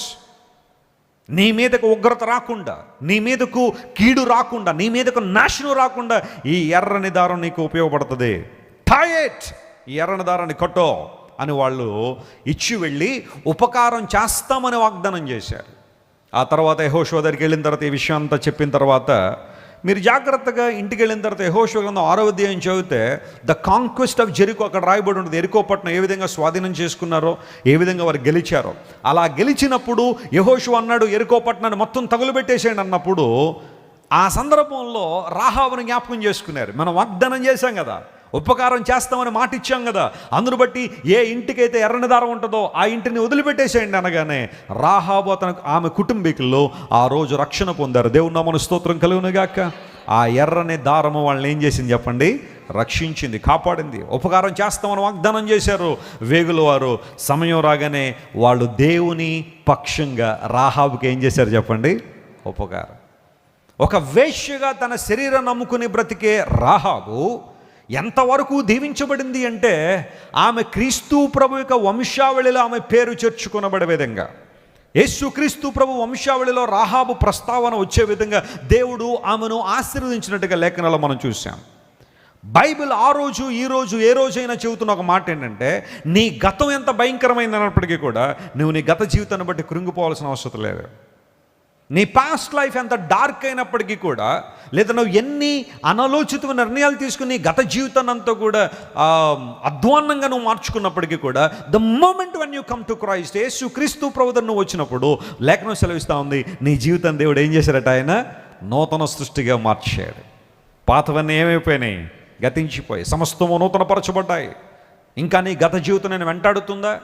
మనుషుల యొక్క ఉద్దేశాలు, మనుషుల యొక్క ఆలోచనలు ఎప్పుడు కూడా నీ గత జీవితాన్ని ఎత్తి నిన్ను పాడు చేయాలని లేదా నిన్ను కృంగదీయాలనే ప్రయత్నం చేస్తుంటారు. కానీ దేవుడు మాత్రం ఎప్పుడు నీ అందమైన భవిష్యత్తును చూస్తాడు. స్తోత్రం చెప్పండి, hallelujah. Your future is very secured in the hands of God. నీ భవిష్యత్తుని దేవుని చేతిలో ఎప్పుడూ సురక్షితంగా ఉంది. నీ భవిష్యత్తును దేవుడు నిర్ణయిస్తున్నాడు, నిర్దేశిస్తున్నాడు, ఆయన నియంత్రిస్తున్నాడనే నమ్మకం, విశ్వాసం నీ గుండెల్లో నువ్వు పెంచుకోగలిగితే నీ గత జీవితాన్ని బట్టి ఏనాడు కూడా నువ్వు వెనుకకు లాగబడలేవు. ఈ విషయాన్ని అందరూ గుర్తుపెట్టుకోవాలి. కారు మనం ప్రయాణం చేసేటప్పుడు కారులో 2 రకాలైన అద్దాలు ఉంటాయి. ఆ ముందున్న అద్దాన్ని విండ్షీల్డ్ అంటారు. చెప్పండి, ముందున్న అద్దాన్ని ఏమంటారు? విండ్షీల్డ్ అంటారు. ఆ తర్వాత వెనకాల ఏమన్నా వాహనాలు వస్తున్నాయేమో అని చెక్ చేసుకోవడానికి మనం డ్రైవింగ్ చేస్తున్న పైన ఒక చిన్న మిర్రర్ ఉంటుంది, ఒక చిన్న అద్దం ఉంటుంది. దాన్ని రియర్ వ్యూ మిర్రర్ అంటారు. వెనుకకు చూడడానికి ఉపయోగించబడే మిర్రర్ అది. నేను కూడా చాలా అగ్రెసివ్గా కార్ డ్రైవ్ చేసేవాడిని. ఆ తర్వాత దేవుడు మనకి మంచి సహకారులను ఇచ్చారు. అంతకుముందు చాలా చోట్ల నేను డ్రైవ్ చేసుకుంటూ వెళ్ళేవాడిని. కార్ డ్రైవ్ చేసే వాళ్ళందరికీ తెలుసు, ఆ 2 అద్దాల్లో ఎక్కువగా దేన్ని చూస్తాం మనం? ముందుకు చూడడానికి ప్రయత్నం చేస్తామా, ఇక ప్రతిసారి వెనకకు చూసే డ్రైవ్ చేస్తామా? ముందు అద్దాన్ని ఎక్కువ చూస్తాం. ఎందుకోసం? మనం ముందుకు వెళ్ళాలనుకుంటున్నాం కాబట్టి. రియర్ వ్యూ మిర్రర్ అప్పుడప్పుడు ఎప్పుడైనా వెనకాల ఏమైనా వస్తున్నాయా, ఏంటి పరిస్థితి అని చెక్ చేసుకోవడానికి చూస్తామే తప్ప ఇంకా దాన్నే చూసుకుంటే మనం ముందుకు వెళ్ళలేం. గత జీవితాన్ని చూడాలి ప్రతిసారి చూడాలనుకుంటే నువ్వు ముందుకు సాగిపోలేవు. నీ జీవితంలో అభివృద్ధిని చూడలేవు. నీ ముందున్న పందెపు ఓపికతో పరిగెత్తలేవు. నీ ముందున్న గమ్యాన్ని నువ్వు చేరుకోలేవు. దేవుడు నీకు నియమించిన గురి ఏదైతే ఉందో, ఒక క్రైస్తవ జీవితం గురి కలిగిన జీవితం కాబట్టి ఆ గురిని చేరుకోవాలంటే నువ్వు ముందుకే చూడాలి, కానీ మరలా వెనకకు చూడడానికి ఏం చేయబడలేదు, మనం అనుమతించబడలేదు. లోతు భార్య వెనకకు తిరిగి ఏమైపోయింది? ఉప్పు స్తంభం అయిపోయింది. ఇప్పటికీ మనం ఇజ్రాయెల్ దేశం వెళ్తే లాట్స్ వైఫ్, ఆమె ఉప్పు స్తంభం ఇప్పటికే ఉంది అక్కడ. అది ఆమె ఉప్పు స్తంభం అని మీకు ఎలా తెలిసింది అని అంటారేమో. శాస్త్రవేత్తలు రుజువుపరిచారు, ఆర్కియాలజిస్టులు రుజువు చేశారు. లోతు యొక్క భార్య ఉప్పు స్తంభం ఇదే అని. ఒక్కసారి వెనుకకు తిరిగి ఉప్పు స్తంభం అయిపోయింది లోతు భార్య. మన జీవితాల్లో ప్రతిసారి వెనుక తిరుగుతున్నావు, ముందుకు చూడు. నీ గత జీవితాన్ని బట్టి కృంగిపోదు. ఎంత అధ్వానమైనప్పటికీ కూడా క్రీస్తు ప్రభు దగ్గర ఆయన తన రక్తంతో నిన్ను కడిగి పవిత్రపరిచి తన పరిశుద్ధమైన ఆత్మతో నింపి ఆయన నడిపిస్తాడు. తన మహిమ రాజ్య వ్యాప్తి కోసం నేను వాడుకుంటాడు ఆయన. That is the purpose of your life. That is the purpose of a Christian. ఒక దేవుని బిడ్డ యొక్క ఉద్దేశం అదే. రక్షణ పొందిన వ్యక్తుల యొక్క ఉద్దేశం అదే. నీవు ముందుకు సాగిపోవాలని దేవుడు చూస్తున్నాడు. చాలాసార్లు చెబుతుంటాను యూత్ టాక్లో కానీ లేదా యూత్ సెషన్లోనే మాట్లాడేటప్పుడు, కీప్ మూవింగ్ ఫార్వర్డ్. నువ్వు ముందుకే సాగిపో. ఒకవేళ ఎప్పుడైనా పడాల్సి వస్తే, పడడం అనివార్యమైతే ముందుకే పడు, కానీ వెనక మాత్రం పడద్దట. ఎందుకోసం? ముందుకు పడితే 3 అడుగులు ముందే ఉన్నావు కదా. Keep moving forward. గత జీవితం ఎప్పుడు నిన్ను వెంటాడనివ్వద్దు. అపవాది ఎప్పుడు నీ గత జీవితాన్ని జ్ఞాపకం చేస్తూ ఉంటాడు. ఆ సందర్భంలో అపవాదికి వాడు భవిష్యత్తు మనం జ్ఞాపకం చేయాలట. ప్రైజ్ ది లార్డ్, హల్లెలూయా. ఆరని అగ్నిగుండంలో అపవాది కాల్చబడబోతున్నాడు. వాడి భవిష్యత్తును మనం జ్ఞాపకం చేయాలి. నీ గతాన్ని జ్ఞాపకం చేస్తే భవిష్యత్తుని జ్ఞాపకం చేయి. And say I'm redeemed and I'm forgiven.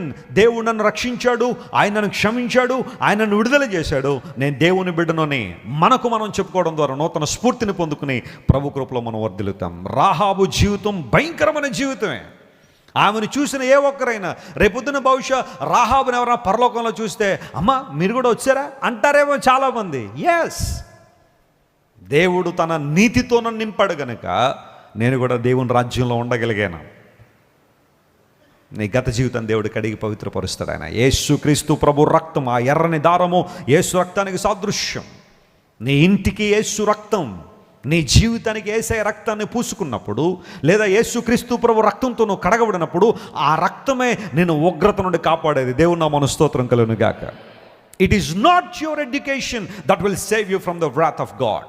దేవుని ఉగ్రత నుండి నీ ఉద్యోగం, నీ చదువు, నీకున్న కార్లు, నీకున్న అందం, నీకున్న బంధువులు, స్నేహితులు వీళ్ళు కాదు కదా కాపాడేది. ఏ జీవితానికైతే యేసు రక్తం పూయబడిందో, శక్తిగల, నిర్దోషమైన, నిష్కలంకమైన, పవిత్రమైన, పరిశుద్ధమైన యేసయ్య రక్తం ఏ జీవితానైతే కడిగి పవిత్రపరుస్తుందో వారు మరణములో నుండి జీవంలోనికి ఏం చేశారు? వాళ్ళు దాటిపోయారు. మనం దాటి వెళ్ళిపోయాం. మరణము నుండి జీవంలోని దేవుడు మనల్ని దాటించేశాడని బైబిల్లో రాయబడింది. You are very secured in Christ Jesus. క్రీస్తు ప్రభువులో సురక్షితంగా ఉన్నావు. రాహాబు ఒక నిర్ణయం తీసుకుంది. యెరికో ప్రజల సహవాసమా, దేవుని ప్రజలతో నిబంధనలోనికి రావడం ఆ నిర్ణయం తీసుకుంది. దేవుని ప్రజలతో నిబంధనలోకి వచ్చింది. అయ్యా, I want to be saved, నేను రక్షణ పొందాలని కోరుతున్నాను, నేను తప్పించబడాలని కోరుతున్నాను. ఈ యెరికోతో పాటుగా నేను కూడా నశించబడడం నాకు ఇష్టం లేదు. ఈ ఉగ్రతను నన్ను విడిపించే మార్గాన్ని నాకు ఇవ్వండి, ఒక సూచన నాకు ఇవ్వండి. వాళ్ళు చెప్పినట్టుగానే చేసింది. ఎర్రనారం తీసుకెళ్ళి కిటికీ కట్టమంటే ఆమె తీసుకెళ్ళి బీరువాలో పెట్టింది అనుకోండి, ఏమై ఉన్న పరిస్థితి? రక్షించబడకపోను. దేవుడు ఏం చెప్పాడు, ఎగ్జాక్ట్గా ఏదైతే ఆమెకు అందించబడిందో ఆ మాటకు లోబడ్డం మనం నేర్చుకున్నప్పుడు దేవుని కార్యాలు చూస్తాం. రాహాబు జీవితంలో ఉపకారం జరిగింది. తన ప్రజల ద్వారా రాహాబుకు దేవుడు ఏం చేశాడు చెప్పండి? ఉపకారం చేశాడు. మూడో వ్యక్తిని మేము పరిచయం చేస్తాను చూడండి లేఖనాల్లో. సమూయేలు 2వ గ్రంథం 9వ అధ్యాయం మొదటి వచనం. 2 Samuel chapter 9 and verse 1 the Bible says. చదువుదాం త్వరగా. సమూయేలు 2వ గ్రంథం 9వ అధ్యాయం మొదటి వచనం చదువుతున్నాం. దానిలో ఏ మాట? యోనాతాన్ను బట్టి నేను ఉపకారము చూపుటకు, ఆ మాట అండర్లైన్ చేసుకోండి. యోనాతాన్ను బట్టి నేను ఉపకారము చూపుటకు సౌలు కుటుంబంలో ఎవడైనా కలడా అని దావీదు అడిగెను. ఏమంటే సౌలు ఏమన్నా దావీదుకు మేలు చేశాడండి? చేయలేదు. కానీ యోనాతాను, సౌలు కుమారుడైన యోనాతాను దావీదుకు మేలు చేశాడు. ఇప్పుడు దావీదు రాజ్యానికి వచ్చిన తర్వాత, అతనికి అధికారం అందిన తర్వాత, అతడు మేలు చేసే అవకాశాలు వచ్చిన తర్వాత దావీదు తనకు మేలు చేసిన వారిని ఏం చేయలేదు చెప్పండి? మర్చిపోలేదు. అందరూ నా వైపు చూడండి. తనకు మేలు చేసిన వారిని దావీదు ఏం చేయలేదు. నేర్చుకున్న విషయం బైబిల్ చదివేటప్పుడు, ప్రభువా దావీదు వలె నన్ను దీవించినానని అయితే ప్రార్థన చేస్తాం మనం కదా. కానీ దావీదు లాంటి లక్షణాలు మనం ఏమైనా డెవలప్ చేసుకుంటున్నామా? ఆ లక్షణాలు ఏమైనా కలిగి ఉన్నాం మనం? తనకు మేలు చేసిన యోనాతానును బట్టి మేలు చేయాలని నిర్ణయించుకున్నాడు. నీకు మేలు చేసిన వారిని ఎప్పుడైనా జ్ఞాపకం చేసుకుని వారికి ఏ విధంగానైనా మేలు చేద్దామన్న ప్రయత్నం నీళ్ళు ఏమన్నా ఉందా? లేకపోతే ఎవరి కోసం చేయరండి, ఎందుకోసం చేయరు అంటున్నావా? మేలు చేసిన వాళ్ళు మర్చిపోయి మళ్ళీ కీడు చేస్తున్నావు వాళ్ళకి. ఒకసారి ఒక రాజుగారు ఓ ప్రాంతంలో వెళ్తున్నాడు మారువేషంలో ప్రజల కష్టాలు చూడాలని. ఒక లోతైన చెరువులో పడిపోయాడు. ఈదలేకపోతున్నాడు, పైకి రాలేకపోతున్న పరిస్థితిలో ఒక ఆయన వెళ్ళి గవ్వ రాజుగారని తెలియదు అతనికి, ఎవరో సామాన్యుడు పడిపోయాడని చెప్పి పైకి లేవనెత్తాడు. రాజుగారి పైకి వచ్చిన తర్వాత అతను గట్టిగా కౌగిలించుకుని, బాబు నేను ఎవరినో తెలుసా, నేను ఈ దేశాన్ని పరిపాలన చేశాను రాజును, నువ్వు నన్ను బాగానే కాపాడావు, అందుకోసం నీకు 100 వరహాలు ఇస్తానన్నాడు. వరహాలు పూర్వదినాల్లో కాసులు, వరహాలు. 100 వరహాలు ఇస్తాను, నా వెనకాల వచ్చి నేను గుర్రం మీద వెళ్తూ ఉంటాను, నువ్వు నా వెనకాల రా అంటే 100 వరహాలు చాలా ఎక్కువ డబ్బుది, ఒక 100 వరహాలు ఇస్తానన్నాడు కదా చెప్పి నేను వెనకాల వెళ్తున్నాడు. కాసేపటికి వెళ్ళిన తర్వాత రాజుగారు అన్నాడు, ఒరే బాబు 100 వరహాలు ఏం చేసుకుంటారో నువ్వు, పేదోడివి, 50 సరిపోతాయి కదా నీకు అన్నాడు. సర్లే సరే 50 అన్నా ఇది అనుకుని ఉపయోగపడతాయి కదండి, మీరు ఎంత ఇస్తే ఎంత అండి అని 50 ఓకే అన్నాడు. కొంచెం దూరం వెళ్ళిన తర్వాత 50 కాస్త 25 అయిపోయినాయి. ఈయన ప్యాలెస్కి దగ్గర అవుతున్న కొలది కృతజ్ఞత ఏమైపోతుంది, తగ్గిపోతుంది. 20 చాలు కదరా నీకు అన్నాడు. సరే సరే మీరు ఎంత ఇస్తే అంత అండి. తీరా అంతఃపురంలోకి వెళ్ళిపోయిన రాజుగారు బట్టలు వేసుకుని వచ్చి అంతఃపురంలో సింహాసనం మీద కూర్చుని, ఇప్పుడేంటి నేను గుర్తుండాలి అంతే కదా, 25 వరహాలు అయితే ఏం చేస్తావురా, వీడిని 100 కొరడ దెబ్బలు కొడిచి పంపించేయండి అన్నాడు. లేరా ఎలాంటి వాళ్ళు అంటే అతన్ని గురించి వినగానే చాలా కోపం వచ్చేస్తుంది కదా మనకి. అది అన్యాయం కదని అంటాం కదా. చాలాసార్లు మనం చేస్తున్న పనులు అవే కదా. మేలు చేసిన వారికి కీడు చేయడం, ఏదో ఒక రూపంలో ఏదో ఒక రంగంలో చిన్నదో పెద్దదో మేలు చేసిన వారిని మర్చిపోయిన వాళ్ళు కూడా చాలామంది ఉన్నారు ఈ రోజుల్లో. అయితే బైబిల్ సెలవిస్తూ ఉంది, David is reminding a mind of gratitude, కృతజ్ఞత కలిగిన మనస్సు. యోనాతానే గనక దావీదును అనేక సార్లు కాపాడకపోయినుంటే సౌలు చేతిలో దావీదు చాలా ఇబ్బందులు పడి ఉండేవాడు. కానీ యోనాతాను దావీదును కాపాడిన ఆ ఉద్దేశాన్ని జ్ఞాపకం చేసుకుని, దేవుడు నాకు ఇప్పుడు అవకాశం ఇచ్చాడు, దేవుడు నాకు అధికారం ఇచ్చాడు, దేవుడు నాకు వనరులు ఇచ్చాడు, దేవుడు నాకు సంపదను ఇచ్చాడు, I want to bless his family. తన కుటుంబంలో ఎవరైనా ఉంటే కనుక్కోండి, నేను వారికి సహాయం చేస్తాను.